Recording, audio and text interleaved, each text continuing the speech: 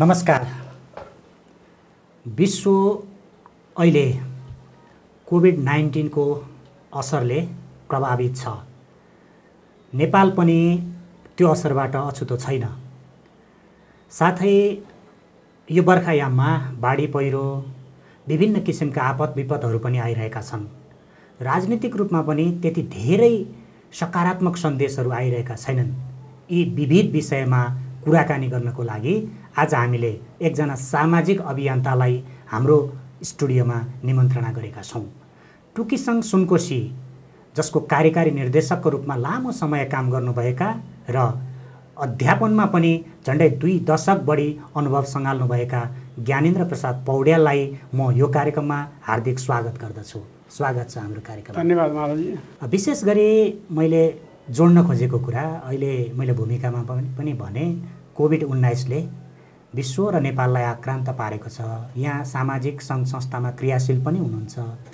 यस्तो आपतको बेलामा सामाजिक सङ्घ संस्थाको अथवा गैर सरकारी संस्थाको भूमिका चाहिँ कस्तो हुँदो रहेछ, के अनुभव गर्नुभयो? कोभिड-19 जुन जनवरी 2019बाटै सुरु भयो र त्यसको असर चाहिँ अब विश्वव्यापी रूपमा फैलियो र फलस्वरूप अहिले यति धेरै सङ्ख्यामा मान्छेहरू मरेका, सङ्क्रमित भएका अवस्था हाम्रो रहेको छ भने नेपालमा पनि सोही अनुसार अब अहिले यति बेर चाहिँ एकदमै बढ्दो रूपमा सबैतिर सबै जिल्ला लगभग 77 जिल्लामा यो कोभिड-19 को असर चाहिँ एकदम फैलिएको छ र त्यस हिसाबले अरू विपदभन्दा यो भिन्न किसिमले किन देखिन्छ भने अरू विपदमा बाहिर निस्केर सहयोग गर्न मिल्ने हुँदो रहेछ भने यो विपदमा घरभित्रै बसेर सुरक्षित रहनुपर्ने, आफै जोगिनुपर्ने। 10 गतेबाट लकडाउन गरेर यसलाई मतलब अब सुरक्षाका उपायहरू यही हो, लकडाउन हो र आफू सुरक्षित आफ्नो ठाउँमा रहने हो भन्ने लाइनले आयो र हामी सङ्घ संस्थाहरूले पनि अब डिस्टेन्सबाट भर्चुअल्ली गर्ने काम बाहेक अरू भौतिक रूपमा उपस्थित भएर समुदायमा उपस्थित भएर गर्ने कामहरू गरेनौँ, लकडाउनकै रूपमा ल्याउँ। र जब नेपाल सरकारले 77 साल असार 1 गतेबाट अलिकति खुकुलो गर्यो र हामीले पनि अनि असार 1 गतेबाट चाहिँ अलिकति समुदायमा उपस्थिति पनि जनाउने गरी काम गरिरहेका छौँ। निश्चय नै यसले असर त पार्यो नै, अब मानवीय असर पार्यो, मानवीय क्षति गरायो। अहिले पनि मान्छेको मन एकदम त्रसित छ। यो अवस्थामा विकास निर्माणका सबै गतिविधिहरू अवरुद्ध हुनु स्वाभाविक रह्यो, त्यसलाई अस्वाभाविक ठान्न सकिन्न। सिन्धुपाल्चोक जिल्लामा हामी कार्यरत छौँ। विगत 27 वर्ष झन्डै 28 वर्ष हुन लाग्यो देखि हामी कार्यरत छौँ र त्योभन्दा बाहिर जिल्लामा नि हामी गएको छैनौँ।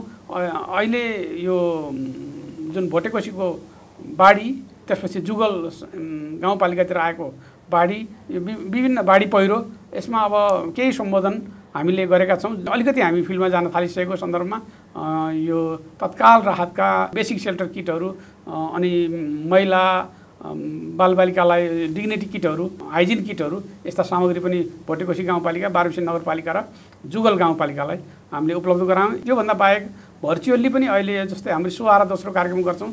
यसले चाहिँ 2 वर्ष मुनिका बालबालिका र गर्भवती तथा स्तनपान गराइरहेको आमाहरूलाई यस्तो बेलामा कसरी एउटा न्युट्रिसनलाई निरन्तरता दिने, कसरी सुरक्षित रहने, कोभिड-19 को असरबाट कसरी बच्ने भन्ने कुरा हामी भर्चुअल्ली मोबाइल एप्सको प्रयोग गरेर मोबाइल फोनबाट उहाँहरूलाई परामर्श दिने, काउन्सिलिङ गर्ने काम हामी गरिरहेका छौँ। टुकीसंघको सिन्धुपाल्चोकमा ठुलो अनुभव छ, ठुलो क्रियाशीलता पनि छ।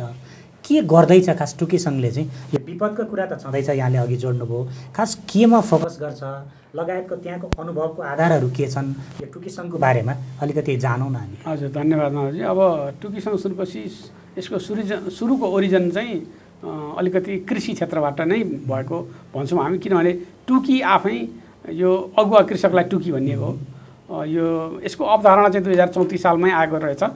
सिन्धुपाल्चोक र दोलखा जिल्लामा एउटा सघन पहाडी क्षेत्र विकास योजना भन्ने योजनाले को विभिन्न शाखागत विषयगत शाखाका गतिविधि अन्तर्गत एउटा तालिम तथा प्रसार शाखामा यो टुकी एप्रोचको जन्म चाहिँ त्यति बेला भएको रहेछ र एउटा कुनै समूहको अगुवालाई, समूहले अगुवा ठानेर पठाएको मान्छेलाई उसलाई चाहिँ 15 दिनको तालिम दिएर त्यो तालिमबाट प्राप्त ज्ञान सिपलाई उसले आफ्नो ठाउँमा आफ्नो गाउँमा अलिकति कार्यान्वयन गरिसकेपछि उसलाई चाहिँ टुकीको प्रमाणपत्र दिएर ऊ टुकी भएको रहेछ। अनि त्यही टुकीहरूको सङ्गठन भावनाले टुकी सङ्घ र विशेष त यो पहिला काम गरेको सुनकोशी एरियामा भावनाले टुकी सङ्घ सुनकोशी भनेर यसको नाम, यो सुनकोशी ठेगाना नभएर नामै हो, टुकी सङ्घ सुनकोशी भनेर यसरी यो 47 बत्ती हजुर एकदम यो टुकी भनेको चाहिँ अब टुकी त हामी सबैलाई थाहा भएको यो मट्टीतेल बाटोवाले नै परम्परागत प्रकाश दिने टुकी भयो बत्ती। त्यही मान्छेलाई चाहिँ सिम्बोलाइज गरेर साङ्केतिक रूपमा त्यही तालिम प्राप्त मान्छेले चाहिँ आफ्नो गाउँमा गएर उज्यालो छर्छ, प्रकाश छर्छ भन्ने लाइनले चाहिँ टुकी भनेर उहाँहरूलाई पहिचान दिएको। तिनै टुकीहरूको सङ्गठन टुकीसँग सुनकोशी। त्यो बेलादेखि हामी सुरुमा टुकीसँग सुनकोशीले बिना बाहिरी सहयोग पनि हातेमालो समूहहरू बनाएर बिना कुनै दाता नभइकन पनि काम गरेको हामीसँग 7 महिना जतिको अनुभव छ। 49 साल वैशाख 8 गते यो सिन्धुपाल्चोक जिल्ला प्रशासनिक कार्यालय दर्ता भयो। त्यसपछि आएर कार्तिक 14 गते मात्रै बल्ल पहिलो साझेदार स्विस विकास सहयोग नियोगसँग सानो साझेदारिता सुरु भएको। त्यो बेलामा पनि टुकीहरूले आफ्नो गाउँठाउँमा हातेमालो समूहको रूपमा एकले अर्कोलाई सहयोग गर्ने भनेर अनौपचारिक शिक्षा, खानेपानीका मर्मतहरू, बाटाघाटो सरसफाइहरू, चर्पी शौचालयको सरसफाइहरू यस्तो काम चाहिँ आफ्नै हातेमालो ग्रुप बनाएर पनि गर्नुभएको थियो। त्यसरी हेर्दा आफ्नै सुरुवातमा आफ्नै पहलमा सुरु गरिएको संस्था हो। यद्यपि पछि अब अहिले हेर्दा एनजिओ जस्तो लाग्छ, किनभने नेपालमा एनजिओ एउटा क्लब पनि एनजिओ हो, गुम्बाका समिति पनि एनजिओ हो र सामाजिक विकास गैर सरकारी संस्था पनि एनजिओ हो भने एउटै संस्था तथा ऐन 2034 त्यसका पछि आएका 58, 48 यसले केही ल्याएको छ। अहिले पनि सङ्घीय प्रणालीमा मुलुक गइसकेपछि पनि ठ्याक्कै यही हो भनेर आइसकेको छैन। तर अहिले चाहिँ प्रत्येक प्रदेशले चाहिँ प्रादेशिक रूपमा संस्था सञ्चालन तथा नियमन सम्बन्धी ऐनहरू बनाएको छ। गैर सरकारी क्षेत्रमा काम गर्ने साथीहरूको पनि समाज कल्याण परिषदमा उपस्थितिहरू देखिन थालेको छ। त्यसले अब अलि सकारात्मक ढङ्गले एनजिओहरूलाई कसरी व्यवस्थापन, नियमन र परिचालन गर्ने भन्ने आउन सक्ला। ऐनहरू सङ्घीय सरकारबाट नि ऐन आइसकेका छैन, त्यो अवस्थामा हामी छौँ। तर जे भयो नि हिजो सङ्घीय सरकार हुनु या स्थानीय तहमा सरकार हुनु र नहुनुमा अहिले धेरै अन्तर हामीले पाएका छौँ। स्थानीय सरकार हुँदा गैर सरकारी संस्थाहरूलाई काम गर्न सहज र सजिलो चाहिँ भएको छ। टुकीसँग सुनकोशीले आफ्ना गतिविधिको क्रममा चाहिँ अहिले स्वास्थ्य तथा पोषण को क्षेत्रमा काम गरिरहेछ, प्रजनन स्वास्थ्य को क्षेत्रमा काम गरिरहेछ, शिक्षामा हामीले काम गरेको छ, शिक्षामा लामै अनुभव गऱ्यौँ। कृषिमा यसले गरिरहेको थियो, अहिले चाहिँ ठ्याक्कै फन्डिङको हिसाबले चाहिँ कृषिमा कार्यक्रम छैन। उही विगतका ज्ञान सिपलाई निरन्तरता दिने त्यही समूहले, त्यही किसानले निरन्तरता दिने काम चाहिँ भइरहेको छ। र विशेष गरेर प्रजनन स्वास्थ्यमा हामीले केयर नेपालसँगको साझेदारितामा बर्थिङ सेन्टरहरू बनाउने स्वास्थ्य चौकीमा स्थानीय सरकारसँग समन्वय गरेर, त्यसै गरी अनमीहरूलाई, नर्सहरूलाई तालिमहरूमा पठाउने, सुरक्षित बच्चा जन्माउने तालिम भन्छ, 60 दिनको तालिम, त्यस्तो तालिमहरूमा पठाउने काम र अनि यो स्वास्थ्य तथा पोषणको परामर्श दिने काममा हामीले सहयोग गरिरहेका छौँ। र शिक्षामा गुणस्तरीय शिक्षा, बालमैत्री शिक्षा, त्यसपछि अब विद्यार्थी केन्द्रित शिक्षा, विद्यार्थीको सिकाइ उपलब्धि अभिवृद्धि गर्नको लागि यस्ता कामहरू अहिले हामीले गरिरहेका छौँ। विशेष गरी यहाँले भर्खर पनि जोड्नुभयो गैर सरकारी संस्थाको व्याख्याको कुराहरू पनि छन्। अब क्लब पनि गैर सरकारी संस्था, अरू सामाजिक क्षेत्रमा लागेका नि संस्था। विशेष गरी हामीले देखेको, हामीले सुनेको एनजिओहरू अथवा गैर सरकारी संस्थालाई एउटा गम्भीर आरोप लाग्छ कि उनीहरूले चाहिँ नेपालको पीडा देखाएर विदेशबाट रुपियाँ ल्याएर आफू अनुकूल खर्च गर्छन् भन्ने सबभन्दा ठुलो आरोप लाग्छ कि किन यो आरोप लागिरहेको छ, यसमा के छ तपाईँको बुझाइ? हाम्रो बुझाइ चाहिँ के छ भने हामीले कुनै पनि कार्यक्रम गर्नु पर्दाखेरि समस्यामा केन्द्रित भएर एउटा कार्यक्रम बनाउँछौँ र प्रस्तावनाहरू कि वान्टेड गरेको ठाउँमा प्रस्तावना हाल्छौँ, पर्सनल संस्थागत एप्रोचको हिसाबले प्रस्तावना हाल्छौँ। त्यसपछि उसले त्यो प्रस्तावनालाई बुझिसकेपछि त्यो प्रस्तावनामा भएका कुराहरू उसको पनि आफ्नो थिम हुन्छ, विषयगत उद्देश्य हुन्छ, उसँग मेल खायो भने ल हामी काम गरौँ भन्ने हुन्छ। त्यो काम गर्नुभन्दा अगाडि हामीले के गर्छौँ भने स्थानीय सरकारसँग यो कार्यक्रम हामी यसरी गर्दैछौँ, यसको उद्देश्य हो, लक्षित वर्ग यो हो भन्ने जस्ता कुरा टुङ्गो लाएर अनि स्थानीय सरकारको अनुमतिसँग लिएर गर्छौँ। अब यसरी गर्दा चाहिँ अब हाम्रो बजेट के छ यी जम्मै कुरो पारदर्शी रूपमा स्थानीय तहलाई नै हुन्छ, समाज कल्याण परिषदलाई नै हुन्छ। र अब आरोप लागे पनि त्यस्तो नहुनुपर्ने हो। हामीले अहिलेसम्म गरेको क्रममा चाहिँ त्यस्तो लागेको छैन। तर निश्चय पनि यहाँले भनेको कुरामा म पनि सहमत छु कि डलरको खेती गर्ने भनेर पनि भन्छन् एनजिओलाई, नभन्ने होइन। कठोर शब्द भनेको त्यही हो, हजुर, म आफैले भने। त्यो चाहिँ छ। किन यो तपाईँहरूकै कारणले हो अथवा अरूले नबुझेर हो, किन यस्तो भयो? होइन, आफूलाई पारदर्शी बनाउन नसकेर र जे छ त्यो सबै सामु छर्लङ्ग देखाउन नसकेर पनि हुनसक्छ। त्यो सबैमा त्यो कुरो नलाग्ला, अब कोही केही कतैले कहीँबाट त्यस्तो भयो र त्यस्तो भनिएको नै हुनसक्छ। अझ हामीले के देख्छौँ भने एनजिओहरूले के कार्यक्रम लिएर गाउँमा जानुहुन्छ, गएपछि एउटा एनजिओले 300 भत्ता, अर्को एनजिओले 500 भत्ता, अर्को एनजिओले 1000 रुपियाँ भत्ता। यो एकरूपता किन हुँदैन कि? यो त खास त एनजिओमा लाग्नेहरू त्यो कार्यक्रम बनाउनेहरूको पनि त दोष देखियो नि। किन एकरूपता हुँदैन त्यो? एकदम सही दियो भने छुट्टै हुन्छ, अर्को सङ्घले दियो भने छुट्टै हुन्छ। त्यो आउने मान्छेहरूलाई दिने भत्ता पनि किन डिफ्रेन्ट? एकदम सही भन्नुभयो। तर त्यो कतिपय हुँदैन नि। हामीले गरेको कतिपय कार्यक्रममा भत्तै छैन, त्यो भत्तै नभएका कार्यक्रम पनि छन् होइन। तर त्यो चाहिँ अब गैर सरकारी संस्थाहरूको एउटै थलोमा बसेर, हुन त गैर सरकारी संस्था महासङ्घ छ, गैर सरकारी संस्था महासङ्घ केन्द्र, जिल्लाका च्याप्टरहरू, जिल्ला शाखाहरू छन्। अब त्यसमा एकरूपता ल्याउन सकेको भए राम्रो हुन्थ्यो, तर त्यो चाहिँ सकिएको छैन। यसको बारेमा धेरै कुराहरू भयो। तत्कालीन जिल्ला विकास समितिदेखि लिएर जिल्ला समन्वय समितिसम्म आउँदा पनि एनजिओ डेस्क भनेर जिल्ला समन्वय समिति वा तत्कालीन जिल्ला विकास समितिमा एनजिओ डेस्क आएर सबै एनजिओलाई एउटा समन्वयात्मक ढङ्गले सम्भव भएसम्मका एकरूप तरिकाले लैजाने भन्ने सन्दर्भमा कुराकानीहरू रह्यो। तर त्यति धेरै प्रभावकारी रूपमा यो आउन सकेको छैन। यसमा चाहिँ अब एनजिओ फेडरेसनले मूलत अलिकति राम्रोसँग भूमिका खेल्नुपर्ने हुन्छ। लाखे नाति हौ बाजे, कता हिँडेको गजबको भएर? अनि ब्ल्याक हर्सको जुत्ता लगाएपछि गजबको देखिँदैन त? ए हो र, मेरो पनि ब्ल्याक हर्स जुत्ता त हो। त्यही भएर बाजेलाई पनि गजबको देखिरहेछ नि। हौ त्यो बाउ चाहिँ के भएको तेरो? नाना थरी जुत्ता लाएर गुटुङटुङ हिँडिरहेको छ, त्यसलाई सम्झेर मैले यहाँ जुत्ता ल्याइदिएको छु। बाजेदेखि नातिसम्म 1914 देखि अहिलेसम्म इमान इज्जत र प्रेस्टिज भएकोले लाउने जुत्ता यही हो, ब्ल्याक हर्स। कुन्स ब्रान्डका यूपीवीसी झ्याल ढोकाका विशेषताहरू काठभन्दा कम मूल्यमा आउने, मर्मतको झन्झट नपर्ने, साउन्ड प्रुफ, आकर्षक डिजाइन, किरा खिया नलाग्ने, रङ्ग लगाउन नपर्ने, टिकाउ, बलियो तथा भरपर्दो, प्रयोग गर्न सजिलो, घाम पानीले असर नगर्ने, चिसोले फरक नपर्ने, आगो नटिप्ने, वर्षौं वर्ष ढुक्क र आकर्षक। गुणस्तरीय कुन्स ब्रान्डका यूपीभीसी झ्याल ढोकाको लागि सम्पर्क गर्नुहोस्। क्षमादेवी ग्रुप, कौशलटार, भक्तपुर।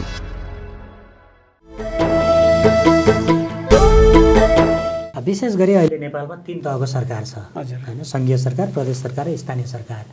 यी 3 तहको सरकारसँग कतिको समन्वय गर्न कतिको अप्ठ्यारो अथवा सजिलो के भइरहेछ? यहाँको अनुभवले के भन्छ? अब हामी जिल्लामा एउटा जिल्ला मात्रै काम गरिरहेको सन्दर्भमा हाम्रो समन्वय स्थानीय सरकारसँग मात्रै हुन्छ। प्रायः प्रदेश सरकारकै पनि त्यस्तो केही कार्यक्रम छ गैर सरकारी संस्था मार्फत गर्न मिल्ने सकिने, या गैर सरकारी संस्थाले सघाउन सक्ने क्षेत्र छ भने केही छ भनेर हामीले गरेका काम पनि उहाँहरूलाई जानकारी गराउने, उहाँहरूको पनि त्यस्तो केही छ भने बुझ्ने, लिने, समन्वय गर्ने काम प्रदेशसम्म चाहिँ हामीले गरेका छौँ। प्रदेशका नि सर्टेन मन्त्रालय, सामाजिक विकास मन्त्रालय, कृषि मन्त्रालय, उद्योग तथा पर्यटन मन्त्रालय, यतिमा चाहिँ हामीले अलिकति समन्वय गऱ्यौँ यसपालि गत आर्थिक वर्षमा। तर नत्र हामी सङ्घीय सरकारसम्म खास प्रत्यक्ष रूपमा एनजिओ जानुपर्ने अवस्था छैन। फेडरेसनले प्रतिनिधित्व गरे सबै एनजिओ हामीले फेडरेसन कहिलेकाहीँ जानु पर्ला र स्थानीय सरकारसँग चाहिँ हाम्रो कार्यक्रम बनाउने बेलामा, कार्यक्रम पेश गर्ने बेलामा, रिपोर्टिङ गर्ने बेलामा र इभन अनुगमन मूल्याङ्कन पनि हामी स्थानीय सरकारसँग चाहिँ कतिपय कार्यक्रमहरूमा सँगसँगै हुन्छ। कस्तो सहयोग मिल्दो रहेछ? पहिला अब तपाईँलाई त अनुभव छ, पहिला जनप्रतिनिधिहरू नभएको बेलामा पनि कार्यक्रम गर्नुभयो होइन, गाउँमा गएर। अहिले जनप्रतिनिधि भएको बेलामा यो दुईटाको फरकपन चाहिँ के रहेछ? जनप्रतिनिधि हुँदा नै हामीलाई सजिलो भएको छ। जनप्रतिनिधिको पनि त नेटवर्क छ नि त, वडामा वडा सदस्य, वडा अध्यक्ष, त्यसपछि गाउँ कार्यपालिका, नगर कार्यपालिका भएपछि त्यो वडामा के भएको छ भनेको त वडा सदस्यले रिपोर्टिङ गर्ने हुनुभयो, देख्ने हुनुभयो। हामी कतिपय ठाउँमा वडा अध्यक्ष, वडा सदस्यलाई सहभागी पनि गराउँछौँ, उपस्थिति पनि उहाँहरूको टाइम मिल्यो भने उपस्थित गरेर हामीले यो गर्दैछौँ, ल हेरिदिनुहोस्, सुझाव दिनुहोस्, कसरी गरेका छौँ भन्ने भएपछि अहिले हिजो अब एकजना दुईजना कर्मचारीले मात्रै एउटा साबिकको गाविस चलाउनु भन्दा अहिले चाहिँ जनप्रतिनिधि सजिलो चाहिँ पक्कै पनि भएको छ। के यहाँको भनाइको अनुसार के कर्मचारी संयन्त्र चाहिँ त्यति सहयोगी हुँदैन? होइन, सङ्ख्या थोर थियो त्यति बेला, सङ्ख्या थोर थियो, त्यस अर्थमा नि भयो होइन। अब एउटा गाविसमा एकजना सचिव त हुनुहुन्थ्यो, नत्र वडा नागरिक मञ्च मार्फत पनि हामीले काम चाहिँ गर्थ्यौँ। तर अहिले चाहिँ जनप्रतिनिधि हुँदाखेरि एउटा अधिकार र शक्ति र स्रोत, तिनटै कुरो भएको भयो नि सरकार त। त्यसै अधिकार, शक्ति र स्रोत र स्वायत्तता पनि भएको हुनाले त्यस नाताले पनि सरकारसँग काम गर्न सजिलो भएको हामीले महसुस गरेका छौँ। अनि हामीले देख्छौँ धेरै ठाउँमा आरोप प्रत्यारोप पनि चल्छ। सरकारी निकायले यो गैर सरकारी भन्छ, गैर सरकारी हामी चाहिँ सामाजिक क्षेत्रको भनेर भन्छ। यो दुईटामा तादम्यता चाहिँ धेरै ठाउँमा मिलेको देखिँदैन। किन त्यस्तो भइरहेको हो? गैर सरकारी संस्थाले चाहिँ सरकारी निकायलाई चाहिँ सरकारी हाम्रो राजस्व खानी भन्ने, उसले चाहिँ यी चाहिँ डलर खानी भन्ने, किन यस्तो अलिकति तादम्यता नमिलेको के देख्नुहुन्छ यसमा? यसमा चाहिँ समन्वय, प्रभावकारी समन्वयलाई नै मै नपुग्या भन्छु म चाहिँ। प्रभावकारी समन्वय पुर्याउन सकियो भने स्थानीय सरकारले पनि गैर सरकारी संस्थालाई सहयोग गर्ने, यहाँनिर धेरै जस्तो चाहिँ नियमन र नियन्त्रणको पनि कुरा आउँछ। नियमन र नियन्त्रण मात्र होइन, व्यवस्थापन र सहयोग गर्ने, कामलाई सहज पनि बनाउने। यदि उसले गरेको काम जनताको हितमा छ भने, आम जनता आम जनसमुदायको हितमा छ भने, त्यो पालिकाको त्यो सरकारको क्षेत्रभित्रको हितमा छ भने, जसको हितमा छ, लक्षित वर्ग जो हो, एनजिओटिएसले कुनै एउटा फ्लोर चाहिँ क्रिएट गर्न सक्यो भने अनि यस्ता आरोप प्रत्यारोप पनि नलाग्न सक्छ। किनभने एकले अर्कोलाई राम्रोसँग बुझ्यो भने लाग्दैन, एकले अर्कोलाई राम्रोसँग बुझ्नुपर्छ। अपारदर्शी भयो, अपारदर्शी भने लाग्यो नि त भने एकले अर्कोलाई राम्रोसँग बुझाउने गरियो भने अब सरकारको पनि यो अहिले पहिला 14 स्टेपको प्लानिङ भन्थ्यो, अहिले 7 स्टेपको प्लानिङ छ। त्यो 7 स्टेपको प्लानिङ प्रोसेसमा ठिक छ, एनजिओले पनि ब्याकमा बसेर त्यसलाई अब्जर्भ गर्ने, त्यो भित्र पनि एनजिओ पनि छिराउने गऱ्यो भने, योजना चक्रमा गैर सरकारी संस्थालाई कुनै न कुनै तरिकाले राख्ने गऱ्यो भने पक्कै पनि सजिलो हुन्छ भन्ने मलाई लाग्छ। र अब त्यस हिसाबले केही सुरुवात भएको छ। यसरी औपचारिक ढङ्गले संयन्त्रै बनेर चाहिँ भएको छैन, तर जाने, प्रस्तुत गर्ने, मिटिङ बस्ने, मोनिटरिङमा लाने, देखाउने, त्योबाट फिडब्याकहरू लिनेसम्म चाहिँ हुन थालेको छ। अझ अर्को गम्भीर आरोप लाग्छ गैर सरकारी संस्थालाई राजनीतिक प्रभावको रूपमा, अथवा राजनीतिक कुनै एउटा कोही एनजिओले एउटा राजनीतिक दलको, एउटा एनजिओले अर्को राजनीतिक दलको मुद्दा बोकेर उहाँहरू चाहिँ पोलिटिक्स गरिरहनु भएको छ, राजनीति गरिरहनु भएको छ भन्ने आरोप पनि लाग्छ नि। यहाँलाई के लाग्छ? यो लाग्छ भन्ने सुनिन्छ होइन। त्यो चाहिँ एउटा गैर सरकारी संस्था, सामाजिक विकास संस्थाले यसो नगर्न राम्रो हुन्थ्यो भन्ने लाग्छ होइन। नगर्न राम्रो हुन्थ्यो, प्रत्यक्ष राजनीतिमा नै राजनीति नै देखिने गरी चाहिँ नगर्नुपर्छ भन्ने लाग्छ मलाई चाहिँ। गैर सरकारी संस्थाको मकसद र उद्देश्य त्यो होइन। प्रत्येक व्यक्ति राजनीतिविहीन हुँदैन, तर त्यो आफ्नो व्यक्तिगत विचार आस्था चाहिँ प्रकट गर्ने ठाउँ अर्कै हो। आफू लागेको संस्था मार्फत त्यो विचार आस्था या सङ्गठनको मजबुतीकरण या गर्ने क्रममा त्यो लाग्दा चाहिँ सामाजिक पाटो चाहिँ कमजोर हुन्छ कि भन्ने लाग्छ। होइन, धेरै ठाउँमा देखिन्छ तपाईँ नीति निर्माण तहमा समेत गैर सरकारी संस्थाले प्रत्यक्ष प्रभाव पारिरहेको हामी धेरै ठाउँमा देख्छौँ होइन। चाहे त्यो संसदमा होस्, चाहे त्यो गाउँपालिकाको एउटा नीति निर्माण गर्ने ठाउँमा होस्। किन यो नेपालका राजनीतिक दलै आफू सक्षम नभएर कसैको गुहारेका हुन् कि एनजिओमा लाग्ने मान्छे नै हामी चाहिँ एउटा राजनीतिक प्राणी हो, हामीले कतै न कतै लाग्नुपर्छ भनेर हो कि यो किन यस्तो भइरहेको छ? यो अलिकति के छ यहाँको विश्लेषण? अब ठ्याक्कै म यति गहिराइमा त भन्न सक्दिनँ, तैपनि अलिकति चाहिँ अब नलेज चाहिँ ग्राप्स गरौँ भनेर सरकारले त्यो ठानेको हुनसक्छ भन्ने लाग्छ मलाई होइन। भनेको तिनीहरूसँग केही नलेज छ, प्र्याक्टिकल एक्सपिरियन्स छ र थ्योरिटिकल नलेज पनि छ, त्यसलाई चाहिँ ग्रास्प गरौँ, लिउँ भन्ने लाइनले चाहिँ सिन्धुपाल्चोकको शैक्षिक उन्नयनको लागि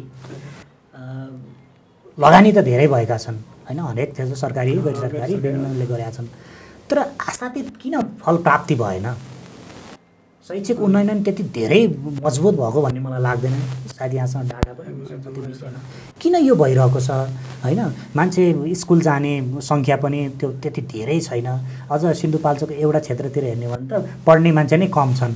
सही प्रश्न गर्नुभयो, तर उत्तर सजिलो छैन। किनभने अब यो गुणस्तरीय शिक्षा भनेर अब भनिएको पनि धेरै भइसक्यो।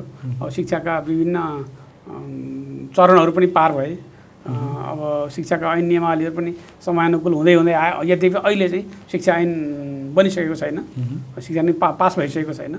अब यो पास भइसकेपछि कस्तो आउँछ हेरौँ। तर अब जहाँ जे भयो नि, म आफू पनि शिक्षकै भएको नाताले शिक्षक र शिक्षकलाई व्यवस्थापन गर्ने, शैक्षिक प्रशासनलाई व्यवस्थापन गर्ने निकाय भनेको विद्यालय व्यवस्थापन समिति नै हो अहिलेको नियमअनुसार।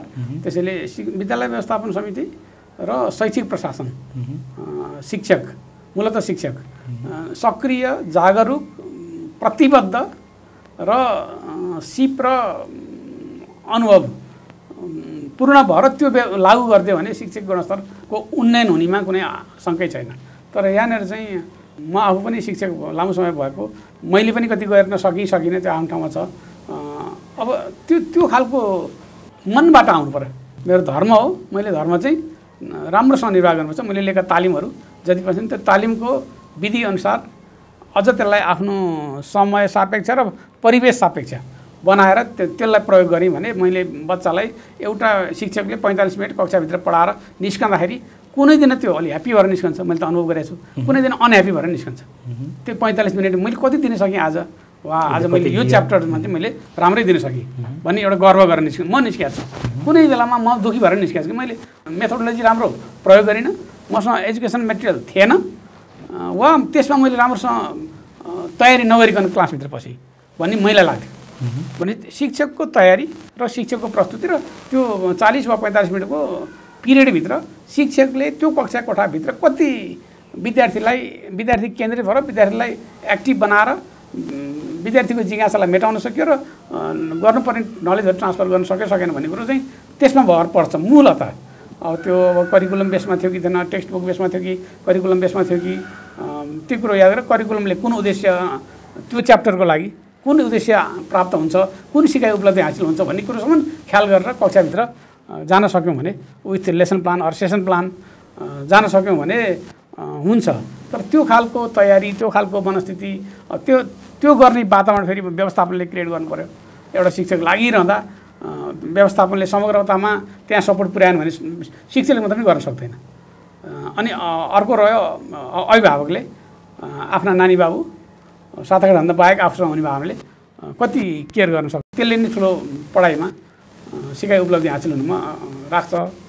त्यसैले मूलत शिक्षक र विद्यालय व्यवस्थापन नै मुख्य हो जस्तो मलाई लाग्छ। शैक्षिक क्रियाकलाप र अध्यापनमा संलग्न भइरहँदाखेरि मैले यो चाहिँ गरेँ होइन, यो चाहिँ मैले गर्न सकिनँ भन्ने अझै लाग्छ कि लाग्दैन? मजाले लाग्छ। के छ त्यो? यो प्रभाव पनि भएँ एउटा विद्यालयको 4-5 वर्ष राम्रो योजना बनाउन सकिनँ। के बनाउनको लागि मैले व्यवस्थापनलाई बुझाउन सकिनँ, तयार पार्न सकिनँ अझै पनि। या सबै शिक्षक टिम बसेर यसरी योजना बनाऊँ, हाम्रो यो वर्षको लक्ष्य यो राखौँ, यो वर्षको उद्देश्य यो राखौँ, कम्तीमा एउटा सूचकाङ्क बनाऊँ, एउटा शैक्षिक सत्रभित्र के गर्ने कति गर्ने भन्ने सूचकाङ्क राखौँ। अझ या त्यो प्रतिशतमा होस्, विद्यार्थी उत्तीर्णको प्रतिशतमा होस्, विद्यार्थीले प्राप्त गर्ने अङ्कको प्रतिशतमा होस्, विषयगत प्रतिशतमा होस् वा तहगत प्रतिशतमा होस्। ल उदाहरणलाई माध्यमिक तहमा हामीले यो रिजल्ट ल्याउने यसपालि भन्ने एउटा इन्डिकेटर बनायौँ भने त्यो इन्डिकेटर प्राप्त के गर्नुपर्छ त? के क्रियाकलाप गर्नुपर्छ? त्यो क्रियाकलाप गर्न के चाहिन्छ? स्रोत साधन के चाहिन्छ? शिक्षक टिमले के सहयोग गर्नुपर्छ? विवेचनाले के सहयोग गर्नुपर्छ? शिक्षक अभिभावकसँग र आम अभिभावकले के सहयोग गर्नुपर्छ? विद्यार्थीलाई कसरी इन्भल्भ गराउनुपर्छ भन्ने कुरो एउटा सूचक निर्धारण गरेर अगाडि बढ्न सके भए हुन्थ्यो। हामी कहाँ सायद कहिल्यै पनि त्यो परिपाटी छैन पनि रहेन पनि। वार्षिक विद्यालय सुधार योजना बनाउँछौँ, तर त्यो धेरै ठाउँमा लागु नै भएको छ, तर आम रूपमा उति तरिकाले लागु भएको छैन।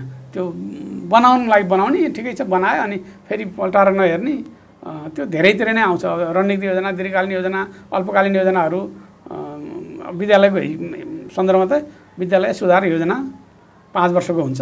प्रत्येक वर्ष वार्षिक विद्यालय सुधार योजना हुन्छ। 5 वर्षलाई हेरेर 5 वर्षमा त्यहाँ सूचक पनि राखेको हुन्छ, के गर्ने कसरी गर्ने भनेर। त्यसलाई रिभ्यू गर्दै कुन यो अगाडिको 1 वर्ष 2 वर्षमा गर्न सक्यो, किन सकिएन, अब चाहिँ के गर्ने त भनेर त्यसलाई राम्रोसँग यो बनाउनै पर्ने, काहीँ सम्बन्धित निकायमा पेस गर्नै पर्ने भन्ने तरिकाले होइन, काम गर्ने हिसाबले बनाउने हो भने यही नै राम्रो हुनसक्छ विद्यालय सुधार योजना। लाखे नाति हौ बाजे कता हिँडेको गजबको भएर अनि ब्ल्याक हर्सको जुत्ता लगाएपछि गजबको देखिँदैन त? ए हो र, मेरो पनि ब्ल्याक हर्स जुत्ता त हो। त्यही भएर बाजेलाई पनि गजबको देखिरहेछ नि। हौ त्यो बाउ चाहिँ के भएको तेरो? नाना थरी जुत्ता लाएर गुटुङटुङ हिँडिरहेको छ, त्यसलाई सम्झेर मैले यहाँ जुत्ता ल्याइदिएको छु। यी बाजेदेखि नातिसम्म 19 फाउन्टेनदेखि अहिलेसम्म इमान इज्जत र प्रेस्टिज भएकोले लाउने जुत्ता यही हो, ब्ल्याक हर्स। कुन्स ब्रान्डका युपीभीसी झ्याल ढोकाका विशेषताहरू काठभन्दा कम मूल्यमा आउने, मर्मतको झन्झट नपर्ने, साउन्ड प्रुफ, आकर्षक डिजाइन, किरा खिया नलाग्ने, रंग लगाउन नपर्ने, टिकाउ, बलियो तथा भरपर्दो, प्रयोग गर्न सजिलो, घाम पानीले असर नगर्ने, चिसोले फरक नपर्ने, आगो नटिप्ने, वर्षौं वर्ष ढुक्क र आकर्षक। गुणस्तरीय कुन्स ब्रान्डका युपीभीसी झ्याल ढोकाको लागि सम्पर्क गर्नुहोस्। क्षमादेवी ग्रुप, कौशलटार, भक्तपुर।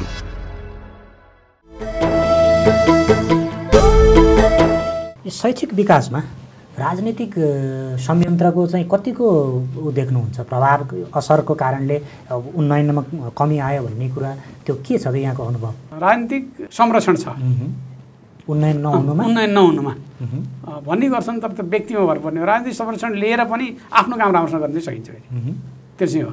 राजनीतिक संरक्षण कहीँबाट लिएर पनि आफ्नो काम राम्रोसँग गर्न सक्यो भने त ठिकै छ, संरक्षित भएर पनि काम राम्रो हुने भइगयो नि, त्यसमा केही आपत्ति ठान्नुपर्ने त होइन। हरेक कुरामा हामी एउटा सामाजिक प्राणी पनि हो, हरेक कुरामा पोलिटिक्स राजनीति हुन्छ नै हो होइन। नेपालको राजनीतिको अहिले समग्र छोटोमा यहाँले विश्लेषण गर्नुपर्दा कस्तो देख्नुहुन्छ? सरसर्ती हेर्दा चाहिँ एकदमै राम्रो अवसरको बेला थियो अहिले नेपाल सरकार जुन बनेको छ, 2 तिहाईको सरकार। यसले चाहेको भएदेखि गर्न सकिने क्षेत्र एकदमै धेरै थियो। त्यो जति थियो त्यति अहिले भइरहेको। अहिले ठ्याक्कै उदाहरणको लागि म किसान पनि हो, म पनि धान रोप्छु, रोपाउँछु, अहिले मल छैन। यो उदाहरणको लागि मैले ज्वलन्त उदाहरण किसानको मार्का भने है, अहिले न युरिया मल छ न गेडा मल छ, कुनै पनि मल बजारमा छैन। अब यो दायित्व चाहिँ मल उपलब्ध गराउनु पर्छ, पैसा तिरेर किन्नलाई सके त सब्सिडीसहित मजबुत सरकार भयो होला, 50% सब्सिडी दिने के हुन्छ त? अन्त कैयौँ पैसा गएको छ भने किसानको हितमा जान त राम्रो हो। अहिले यति बेर मल पाएको छैन, गर्न सकिने बेलामा पनि अहिले यति बेर यस्ता क्राइसिस त पहिला पनि भयो, नभएको होइन, यो मात्रै पहिलो चाहिँ होइन, तर गर्न सक्नु पर्थ्यो भन्ने हो। र अहिले चाहिँ अब हामीले बाहिर बजारमा सुनि गरेको अब अलिकति अन्तर्विरोधका कारणले पार्टीको अझ नै गभर्मेन्टलाई रुलिङ गरिरहेको पार्टीभित्रै अलिकति अन्तर्विरोधहरू भयो, त्यसले पनि त्यो प्राथमिकता नआएको नै हुनसक्छ भन्ने हो। गरौँ भने चाहिँ सबभन्दा राम्रो अवसर, सायद नेपालमै सबभन्दा राम्रो अवसर यो आएको थियो जस्तो लाग्छ। हजुर भनेको अवसर हुँदा पनि गर्न नसक्ने राजनीतिक संयन्त्रको कारण देशको मुहारमा अपेक्षाकृत सुधार हुन सकेको छैन। तर स्थानीय तहबाट चाहिँ फेरि कामहरू धेरै भएको छन्। बजेट गाउँमा गएको छ, बजेट स्थानीय तहमा गएको छ, मजाले समुदायमा बजेट गएको त अहिले हो नि त, पहिला यस्तो बजेट गएको थियो नि त। यति स्रोत साधन गाउँमा गएको छ र अब सडकदेखि लिएर अन्य कुराहरू पनि अहिले धेरै राम्रोसँग बन्न थालेका छन्। विगतभन्दा अहिले एकदम राम्रो चाहिँ छ, स्रोत साधन गाउँमा पुगेको छ। अब स्रोत साधनमा सेन्टरमा कति समस्या छ, लोन हो कि के हो, त्यो त अब गभर्मेन्टले सङ्घीय सरकारले जाने कुरा हो। तर गाउँमा बजेट जानु चाहिँ यो आफैमा राम्रो कुरा हो, किनभने कम्तीमा नि स्रोत साधन गाउँमा पुग्यो भने त्यो त्यही गाउँमै हुन्छ, जोसँग भयो नि गाउँमै हुन्छ। गाउँमा स्रोत साधन हुनु भनेको त्यो पल्लो घरमा पुग्छ, अर्को घरमा पुग्छ, काहीँ काम गरेर पुग्छ, काहीँ बेचेर पुग्छ, विभिन्न तरिकाले स्रोत साधन पैसो गाउँमा जानु भनेको अर्थतन्त्रलाई टेवा पुग्नु नै हो भन्ने मलाई लाग्छ। धन्यवाद, समय दिनुभयो, यहाँ आएर यति कुरा गर्ने अवसर दिनुभयो। हस्, नमस्कार। दर्शकवृन्द, उहाँ हुनुहुन्थ्यो एकजना सामाजिक अभियन्ता ज्ञानेन्द्र पौडेल। उहाँसँग भएका यो कुराकानी तपाईँलाई कस्तो लाग्यो? प्रतिक्रियाको अपेक्षा गर्छौँ। यति भन्छौँ, बिदा माग्छौँ। नमस्कार।